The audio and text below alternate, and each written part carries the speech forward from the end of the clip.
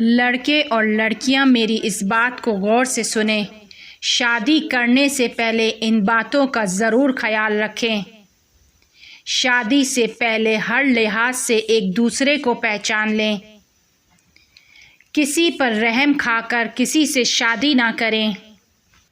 بیجا توقعات کی خاطر شادی نہ کریں۔ تنہائی اور افسردگی کے احساس کی وجہ سے شادی نہ کریں۔ بعض اوقات کوئی گناہ کرتے ہیں اور پشیمان ہوتے ہیں اور کہتے ہیں کہ حتماً شادی کر لیں۔